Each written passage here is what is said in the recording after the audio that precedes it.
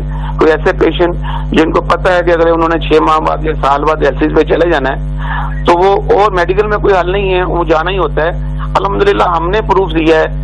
میرے پاس ایسے لوگ ہیں جن کو, میرے پاس 10,000 ایسے لوگ موجود ہیں جن کو ابھی تک ڈیلسس پہ نہیں گئے, ان کو ہم نے ڈیلے کیا ہوا ہے. انہوں نے ڈیلسس پہ جانا ہے لیکن ہم نے ان کو 5 سال نکلوا دیے ہیں, کسی کے 10 سال نکل گئے, کسی کے 15 سال ہو گئے, کسی کو 18 سال ہو گئے. 2003 سے لوگ ابھی تک ڈیلسس پہ نہیں گئے, لیکن وہ خوراک بڑی پرہیز کر کے, جو میں کہتا ہوں تو خیر خوراک پہ ہمیں چلنا پڑتا ہے, پرہیز کرنا پڑتا ہے. وہ چند چیزیں, وہ گوشت کا ہمیں منع کرنا پڑتا ہے, دالوں کا اور سبزیوں کا کچھ وہ غذائی اجزاء میں نے اس لیے کہا کہ وہ لینا چاہیں تو ہماری ویب سائٹ سے لیا جا سکتا ہے, جس میں ساری الکلائن بتایا گیا ہے اور ایسٹر کو کم کیا گیا ہے. بہرحال اس کو ڈیلے کر سکتے ہیں ہم لوگ, اور اس کا پروف ہم نے دیا ہے.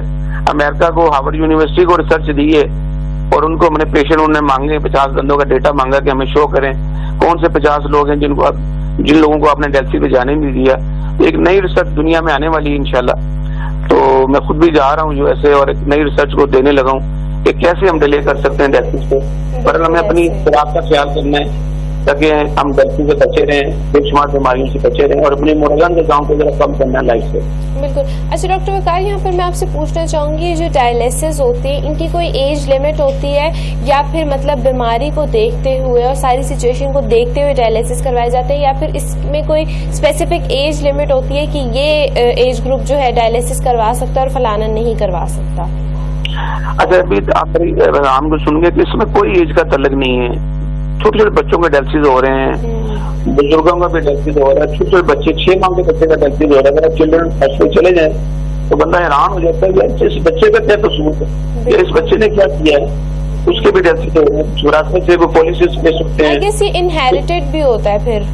بالکل ہوتا ہے. اور اس کے علاوہ بھی کوئی پتہ نہیں چلتا. آج کل چھوٹے ہمارے بچوں کے بلڈ پریشر ہائی ہو رہے ہوتے ہیں, ہم چیک ہی نہیں کراتے, ہمیں پتہ نہیں چل رہا کہ بچے کا بلڈ پریشر ہائی ہو رہا ہے. اور اکثر میں نے نوجوانوں میں دیکھا ہے کہ ان کا بلڈ پریشر ہائی ہونے سے ان کے وہ ڈیلسس پہ جا رہے ہیں. اسی طرح وہ جو شوگر والے پیشنٹ ہیں جن کا شوگر کا لیول بہت ہائی رہ رہا ہے, وہ لوگ بہت جا رہے ہیں. پر ایج کا کوئی تعلق نہیں ہے اس وقت. چھوٹے بچوں کے اندر پروٹین اصل میں آ رہی ہوتی ہے یورین کے اندر, یعنی کہ وہ پروٹین آ رہی ہوتی ہے, اور ان کو ہم چیک نہیں کراتے بچے کا یورین, اور پتہ ہی نہیں کرواتے کہ اس میں کتنی پروٹین آ رہی ہے.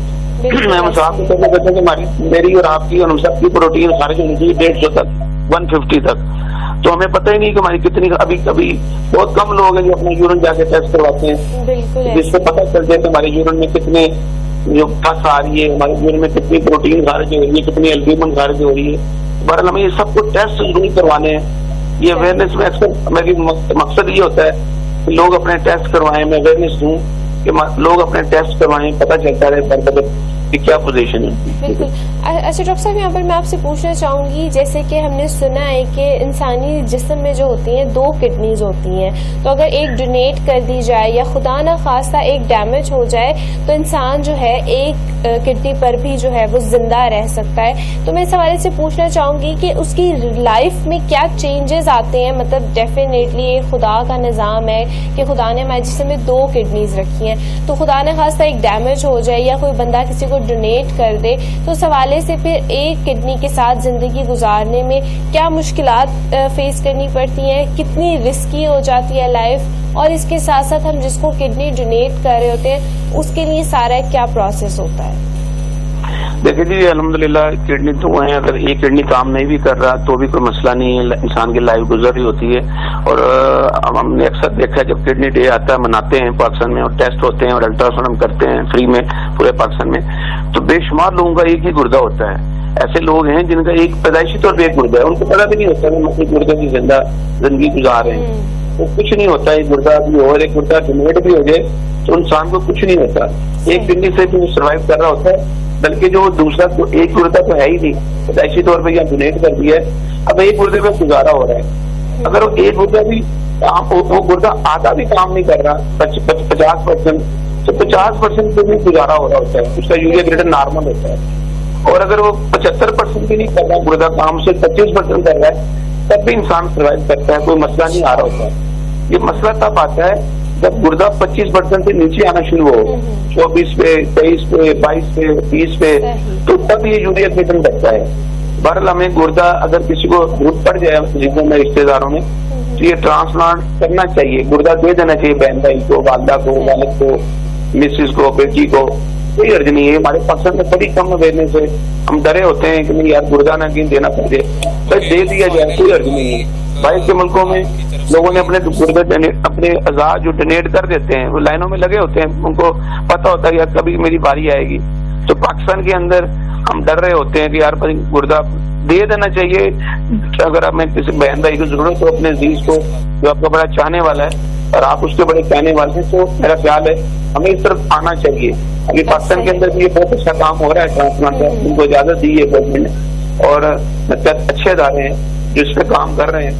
یہ بس لوگوں کو اویئرنیس ہونی چاہیے کہ ہمیں اگر ٹرانسپلانٹ کی ضرورت پڑے تو اپنے عزیزوں کو کڈنی ڈونیٹ کرنا چاہیے. ٹھیک ہو گیا. اچھا ڈاکٹر صاحب، آخر میں آپ کوئی پیغام دینا چاہیں گے جو مریض ہیں، کڈنی پیشنٹس ہیں، یا پھر اس طرح کے لوگ جو ہیں، یا پھر کوئی اس طرح کا میسج کہ ہم کس طرح سے اس طرح کی بیماریوں سے جو ہے وہ اپنے آپ کو محفوظ رکھ سکتے ہیں؟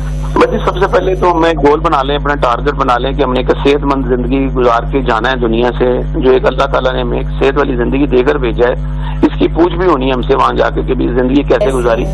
تو یہ ہم نے ایک اچھی زندگی نیت کر لیں کہ ہم نے اپنی شوگر کو بھی مانیٹر کرنا ہے، اپنا بلڈ پریشر کو بھی، اپنے گردوں کے بھی ٹیسٹ بھی کرانی ہے، اپنے جگر کے بھی، یورک ایسڈ کے بھی، کولیسٹرول کے بھی ہمیں اپنے ٹیسٹ کروانے ہیں. ہر شخص کو جو پروگرام بھی دیکھ رہا ہے، یہ ہمارے اندر بڑی آلکس ہم کرتے ہیں کہ ہم اپنے ٹیسٹ نہیں کرواتے، بس پرواہ نہیں کرتے، اور جب نقصان ہو جاتا ہے پھر بعد میں پچھتاوے کے علاوہ کچھ نہیں ہوتا. ہمیں اپنے ٹیسٹ کروانے. جب یہ واک کا سیزن چل رہا ہے، اس ٹائم موسم اچھا آ رہا ہے، گرمی کم ہو رہی ہے، تو یہ جو چند مہینے ہوتے ہیں، میڈیکل سائنس کہتی ہے یہ بڑے اچھے مہینے ہیں، ستمبر، اکتوبر، نومبر، 3 مہینوں میں، پھر آگے مارچ اور اپریل کے 2 ماہ. ان 5 ماہ کے اندر ہم کوشش کریں، واک کریں، ورزش کریں، ایکسرسائز کریں، اور اپنے خاص طور پہ ٹیسٹ بھی کروائیں، اور اپنی خوراک کا خیال کریں. جیسے ہم کوشش کریں کہ ایسڈ والی خوراکوں کو کم کریں. ہم بہت زیادہ مرغن غذائیں لیتے ہیں، وہ کم کریں لائف کے اندر. پھلوں کا استعمال کریں، سبزیوں کا استعمال کریں.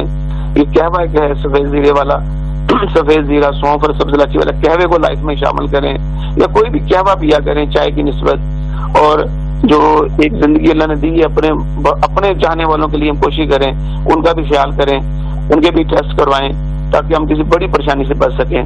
اللہ ہم سب کا حامی ناصر ہو. Thank you so much doctor صاحب، آپ نے اپنا قیمتی وقت جو ہے وہ ہمیں دیا. اسی کے ساتھ ناظرین، it is useless to try اور سویٹ مل کہ ہم جو ہیں، جیسے کہ ڈاکٹر صاحب نے کہا کہ ڈفرینٹ ٹیسٹ جو ہیں وہ ہمیں کروا لینے چاہیے تاکہ ہمیں پتہ لگ سکے کہ ہم ایک ہیلدی لائف گزار رہے ہیں یا نہیں، یا پھر ہمارے جسم میں کس چیز کی کمی ہے جس کو ہم نے اوور کم کرنا ہے. کیونکہ جب آپ کا جسم بالکل ٹھیک ہوگا، آپ صحت مند ہوں گے، آپ صحیح سے بات کر سکتے ہیں، آپ صحیح سے ڈفرینٹ ایکٹیویٹیز پرفارم کر سکتے ہیں. اور اسی کے ساتھ ساتھ آج کل گیجٹس کا استعمال بہت زیادہ بڑھ گیا ہے اور ہم بیشتر وقت گھر میں گزارتے ہیں. تو اٹس ویری امپورٹنٹ کہ فزیکل ایکٹیویٹیز کی طرف اپنے آپ کو تھوڑا سا انڈلج کریں تاکہ آپ ڈفرینٹ فزیکل ایکٹیویٹیز میں اپنے آپ کو جب انڈلج رکھیں گے تو ڈیفینیٹلی آپ کا جو ایک ایکٹیو باڈی ہے وہ آپ کے لیے بہت فائدہ مند ثابت ہوگی. تو اپنا بہت زیادہ خیال رکھنا ہے آپ نے. یہاں پر وقت ہو جاتا ہے ایک چھوٹی سی بریک کا. بریک کے بعد دوبارہ حاضر ہوتے ہیں. دیکھتے رہیے پاکستان کے ساتھ.